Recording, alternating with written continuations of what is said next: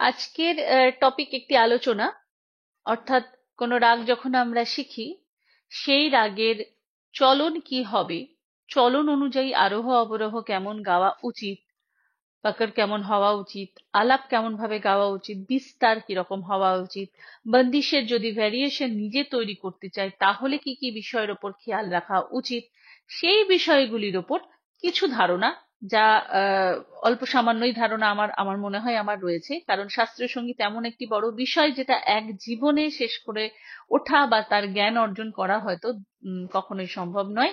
তো যেটুকুনি আমার ক্ষমতা, আমি যেটুকুনি বুঝেছি বা জেনেছি, যেগুলো আমার মনে হয় যে প্রারম্ভিক পর্যায়ে যে সমস্ত স্টুডেন্টরা রয়েছে, যারা চায়, যারা মন থেকে মিউজিকটাকে ভালোবাসে, শাস্ত্রীয় সঙ্গীতকে এক্সপ্লোর করতে চায়, তাদেরকে হেল্প করার জন্যই আজকের এই টপিক।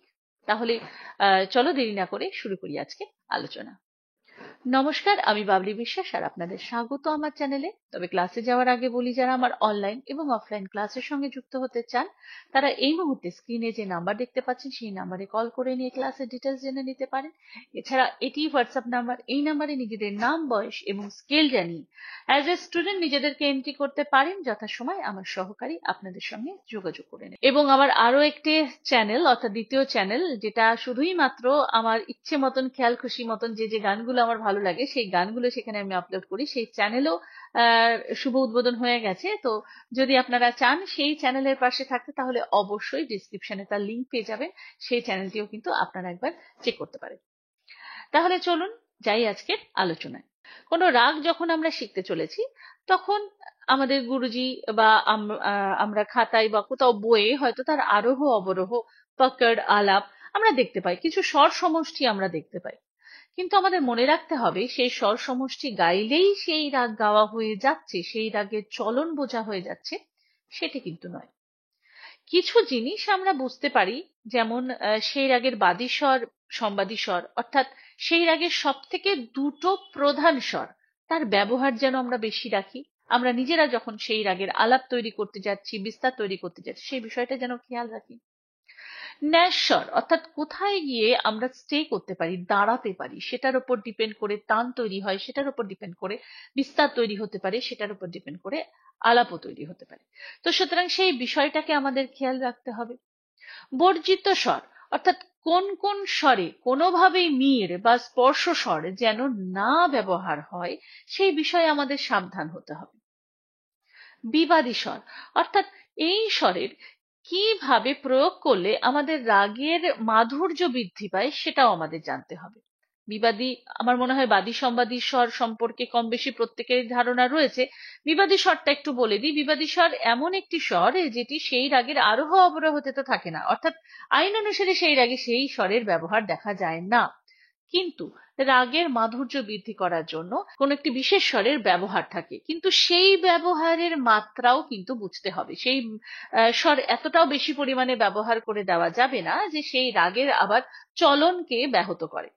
উদাহরণ হিসাবে রাগ বেহাগ বিলাবল ঠাটের একটি রাগ, সেখানে আরোহ অবরোহতে সমস্ত শুদ্ধ স্বরের প্রয়োগ হয়েছে, কিন্তু তীব্র মা হচ্ছে বিবাদী স্বর, অর্থাৎ অর্থাৎ বেহাগ রাগের মাধুর্য বৃদ্ধি করে কিন্তু এই তীব্র মায়ের ব্যবহার। কিন্তু এই তীব্র মা আমি কতটা ব্যবহার করতে পারি, কি গতিতে ব্যবহার করতে পারি, সেই বিষয়গুলো কিন্তু গুরুর কাছে শিক্ষণীয় বিষয়। অর্থাৎ শাস্ত্রীয় সঙ্গীত এমন একটি বিষয় যেটা হয়তো আমি শুনে শুনে তুলে নিতে পারি না। এক্ষেত্রে সেই স্বরের ভেতরের বহু কিন্তু গল্প থাকে, যে গল্পগুলো কিন্তু একমাত্র গুরুই আপনাকে শোনাতে পারে, এবং তার কাছে, তার সামনাসামনি বসে আপনাকে সেই বিষয়গুলো কিন্তু বুঝতে হবে। এবার আমি কিছু রাগের মাধ্যমে জিনিসটাকে আপনাদের বোঝানোর চেষ্টা করছি। ধরুন রাগ ভৈরব, খুব পরিচিত রাগ। প্রথমেই প্রারম্ভিক হিসাবে প্রত্যেকের খাতায় এ রাগটি থাকে। আমরা প্রত্যেকে জানিও যে এখানে রে এবং ধা কোমল। অনেকে এটাও জানে রে এবং ধা আন্দোলিত হয়। কিন্তু সেখানেই যে রাগ ভৈরব শেষ হয়ে যায় সেটা নয়। এই প্রসঙ্গে আসে রাগ ভৈরবের প্রকৃতি। প্রকৃতি কিন্তু রাগ ভৈরবের গম্ভীর এবং শান্ত। যেহেতু ভোরবেলার একটি রাগ, তাই তার চলনের গতি কিন্তু মন্দ্র সপ্তকের এবং মধ্য সপ্তকে বেশি থাকে, তুলনায় তার সপ্তক কম থাকে। তা সেক্ষেত্রে যদি আমি সা রে সা ধা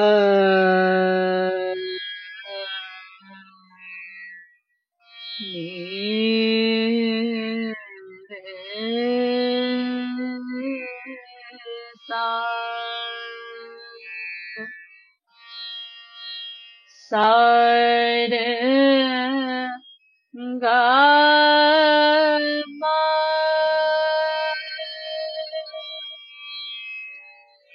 গা মা রে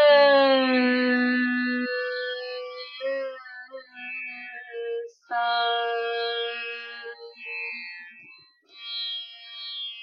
মা পা রা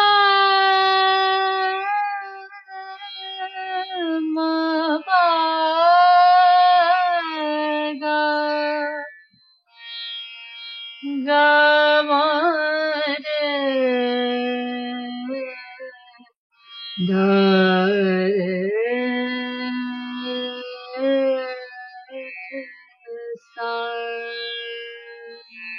এখানে দেখুন রে এবং ধাতে আন্দোলন, এটা খুব স্বাভাবিক ব্যাপার, এটা প্রত্যেকেই জানেন, কিন্তু বাকি স্বরগুলো কিন্তু কোথাও ডিরেক্ট লাগছে না। অর্থাৎ সা রে গা মা পা রা এটাতেই কিন্তু হয়ে যায় না। সা রে সা রা নি, এই যে নিটা ধানি ধাকে টাচ করে নে রে সা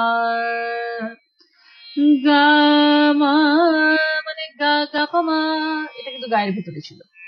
গা মা রে গা রে সা। এক্ষেত্রে আরো একটি বিষয় আসে, সেটা হচ্ছে শ্রুতি, অর্থাৎ রাগ ভৈরবের রে এবং ধা অত্যন্ত গম্ভীর। সা রে রে তীব্র নয়, অর্থাৎ রে কোমল স্বরেরও তীব্র প্রকৃতি থাকে, তো অতটা শার্প হয় না, রে একটু গম্ভীর থাকে রাগ ভৈরবে। তো এইগুলি হচ্ছে শাস্ত্রীয় সঙ্গীতের বোঝার বিষয়, যেটা বুঝে আপনি চলনটাকে ধরতে পারবেন এবং গাইতে পারবেন। ফর এক্সাম্পল, আমি যদি এবার সম্পূর্ণ বিপরীত ধর্মী একটি রাগে চলে যাই, অর্থাৎ রাগ ইমনে চলে গেলাম, তাহলে নি রে গা রে গা মা পা। আমরা সকলেই জানি রাগী মনে তীব্র মায়ের ব্যবহার হয়, তো শুধু তীব্র মা দিয়ে দিলে কি তাহলে কি রাগী মন হয়ে গেল? সেটাও কিন্তু নয়। রে গা রে সা, এটা রাগী মনের বৈশিষ্ট্য। গা মা পা রা নি ধা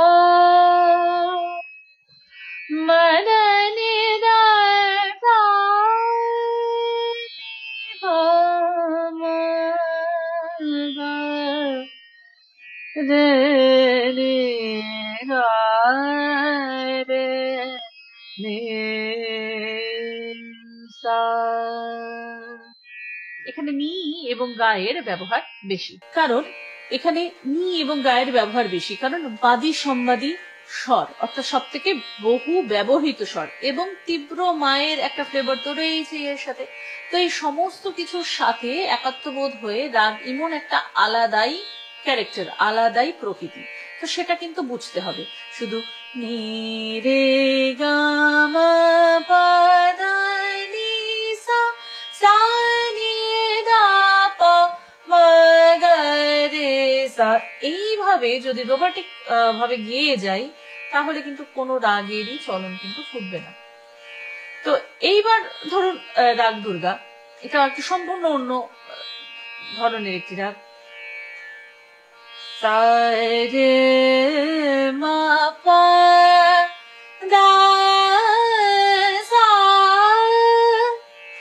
সা দা পা মা রে সা। এখানে রে এবং ধায়ের একটা অদ্ভুত গমক আছে, সা রে মা পা, তবে রাগ দুর্গার প্রকৃতি আসে। এখানে যদি सा रे मा पा धा सा सा ধা পা মা রে সা। রাগ দুর্গার আরোহ অবরোহ তো গাওয়া হবে, কিন্তু রাগ দুর্গার চলন আসবে না। রে মা পা মা পা রা সা ধা রে সা ধা পা মা পা ধা পা মা রে মা রে ধা সা। তো মোটামুটি এই হচ্ছে একটি ধারণা, যেটার মাধ্যমে আপনারা প্রত্যেক রাগকে আলাদা করে তার আলাদা মানুষ হিসাবে, মানুষের প্রত্যেকটি মানুষের যেমন আলাদা স্বভাব হয়, দেখতে আলাদা হয়, ঠিক সেইভাবে কিন্তু এক একটি রাগ হয়। তাই রাগ মানে ওই আপনার খাতায় লিখে রাখা কিছু স্বর গিয়ে দেওয়া মানেই কিন্তু আপনি সেই রাগটা গাইছেন, সেটা কিন্তু নয়। তাই রাগের চলন বোঝার এই কিছু পদ্ধতি, যেগুলো কিন্তু অভ্যেসের দ্বারাই অর্জন হবে, শুধুই শুনলে হবে না, আপনাকে চর্চা করতে হবে। এবং চর্চার মাধ্যমে ঠিক ভুল অনেক রাস্তায় কিন্তু আপনি যাবেন, এবং কোনটা ঠিক হচ্ছে কোনটা ভুল হচ্ছে সেটা কিন্তু একমাত্র গুরুই আপনাকে গাইড করতে পারবে। তাই এই ছিল আজকের আলোচনা। কেমন লাগলো অবশ্যই কিন্তু আমাকে কমেন্ট করে জানাবেন, এবং এই ধরনের কোন টপিকের উপর আপনারা আলোচনা চান সেটাও কিন্তু আমাকে কমেন্ট করে জানাতে ভুলবেন না। এবং আজকে আমার চ্যানেলে যারা নতুন, যারা এখন আমাকে সাবস্ক্রাইব করেনি, তারা নিচে থাকা সাবস্ক্রাইব বাটনটিকে অন করে দিয়ে অল নোটিফিকেশন অন করে দিতে ভুলবেন না। এবং আমাকে আমার সোশ্যাল মিডিয়ায় ফলো করতে চাইলে এবং আমার আরো একটি চ্যানেলের লিংক পেতে ফলো করুন ডেসক্রিপশন বক্স। তাহলে আজকে এই পর্যন্ত, সবাই ভালো থাকুন, সুস্থ থাকুন এবং সঙ্গীতময় থাকুন। নমস্কার।